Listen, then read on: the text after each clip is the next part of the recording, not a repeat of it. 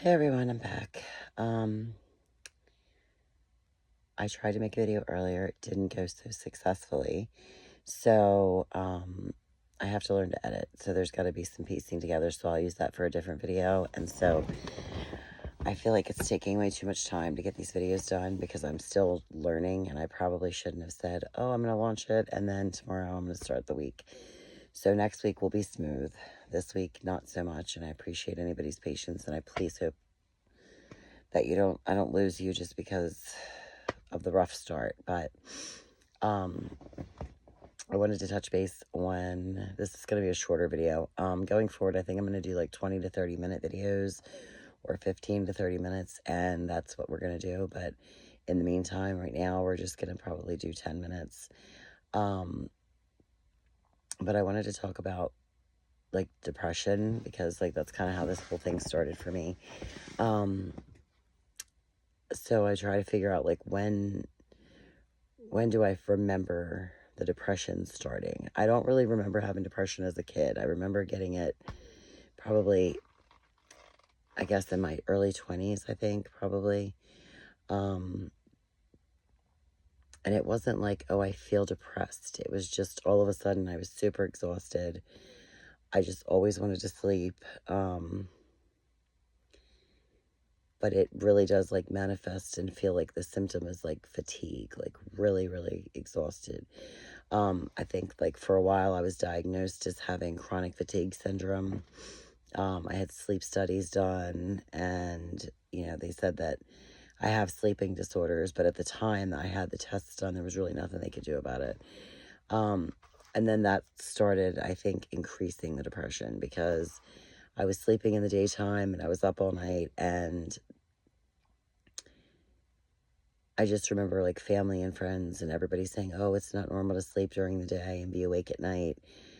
And, the world works around that schedule. So I'm assuming that, they're right. And so I would, wonder what's wrong with me. Why can't I get up and function like everybody else? Like, what's my problem? Like, there's something wrong. So I went to the doctor, had blood work done, and there's nothing wrong physically. There was nothing wrong. Even when I took depression quizzes, it didn't really, I guess because it didn't really feel like I was, oh, I'm going to sleep all day because I'm depressed. It was more like I'm just exhausted. The answers I was giving on the depression tests, like the questionnaire or whatever, it always, like the therapists would always say, like, you seem to have a little bit of mild depression, but we don't think it would be causing all of that. So for a long, long time, I didn't know what to do. I mean, doctors are saying it's normal. Everybody else in my life is saying it isn't normal.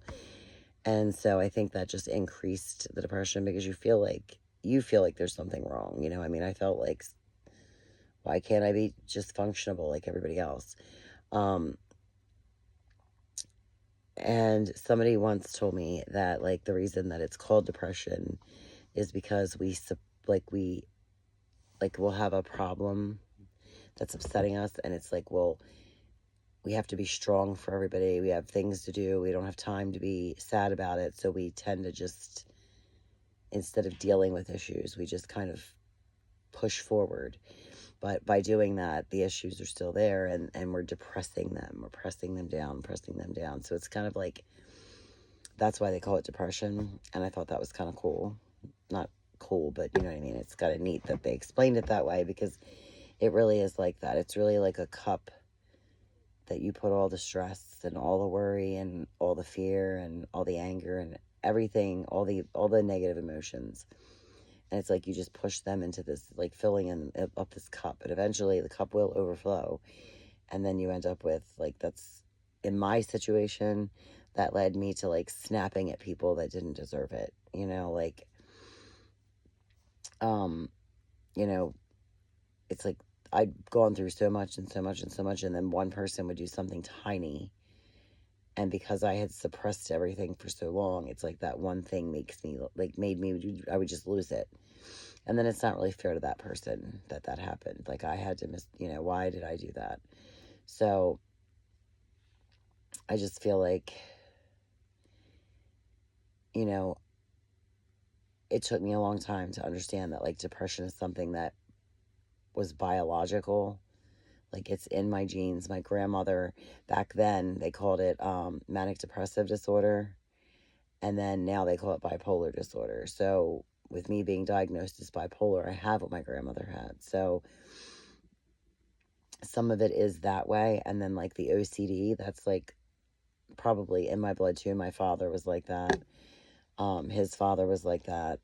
And I feel like that's probably also hereditary. But the OCD is a lot more like learned behavior for me, because you see, you know, my dad, watching him grow up, everything had to be a certain way, and it was a lot growing up like that. You know, like, there were times where he would make videotapes of shows that were on when the VCR first came out, and he would be recording these shows, and, like, for some reason, if you turned on or off a light or something like that while he was recording, it would make, like, this little glitch in the screen, and then he would lose his mind, like, who turned on the lights?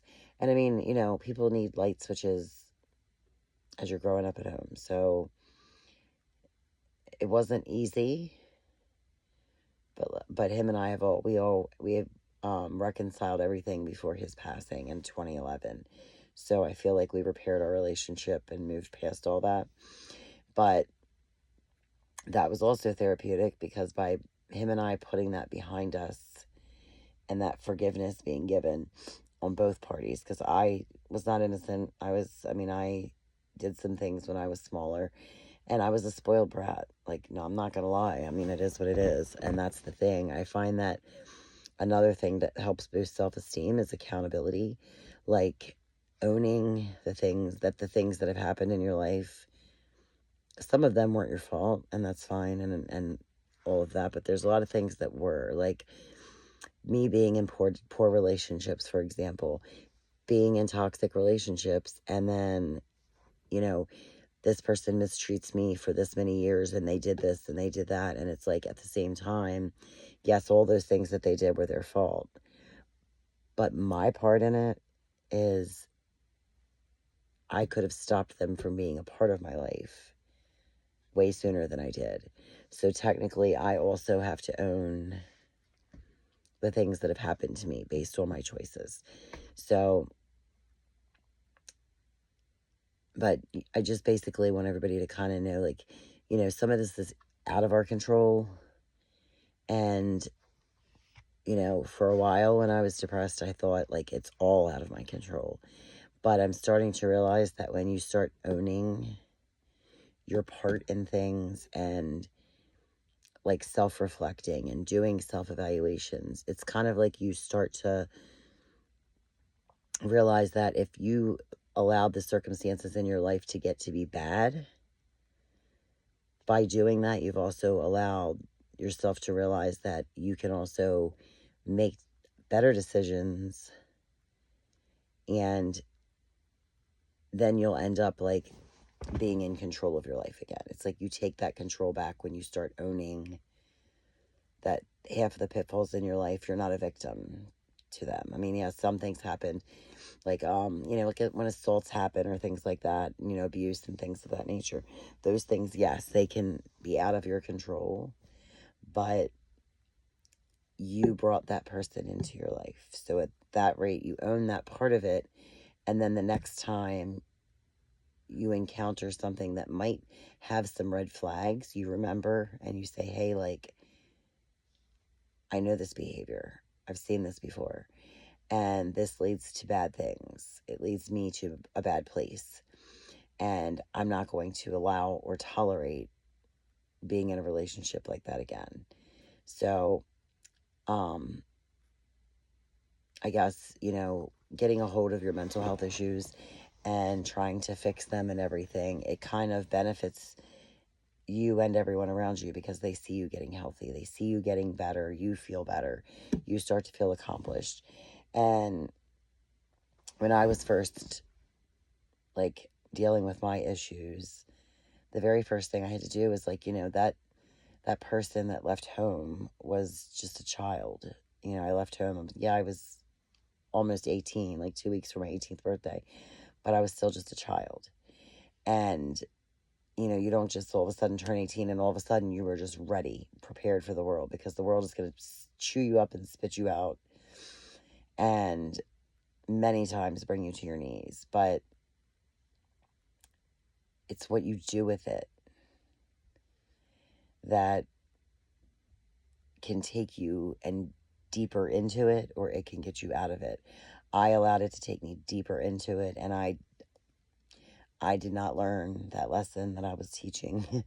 I didn't learn that right away. I have been in one toxic relationship after the next, and I have learned the red flags. I have learned what to look for. I'm aware of the manipulation games that people play.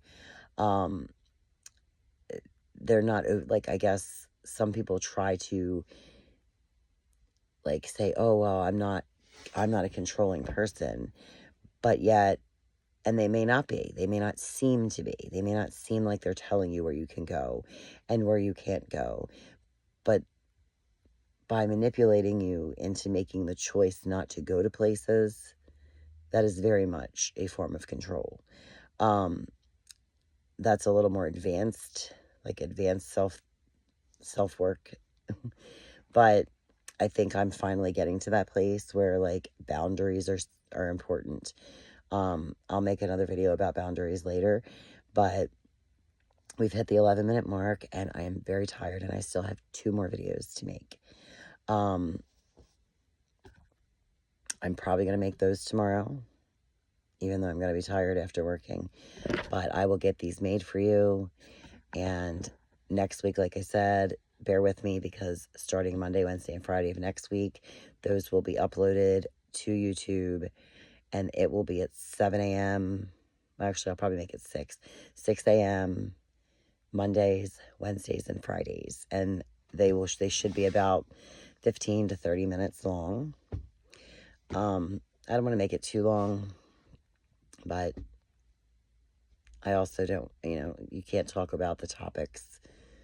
You could talk about the topics, but I'm kind of a wordy person, and I want to make sure it's clear what I'm saying. So I like to take some time to go over, like, topics like depression, not like 10 minutes. But we started here just as a little opening, and if you have any questions or comments, please leave them below. Like, share, and subscribe. I appreciate that, because I'm getting a lot of views, but I'm not getting a lot of clicks. So if people could just like it, subscribe it. I'm not really doing it for the likes. I'm really doing it to help people. But if I get more likes, it would probably get out to more people so that they can hopefully benefit from some of my content. I appreciate all of you, and God bless. Until next time.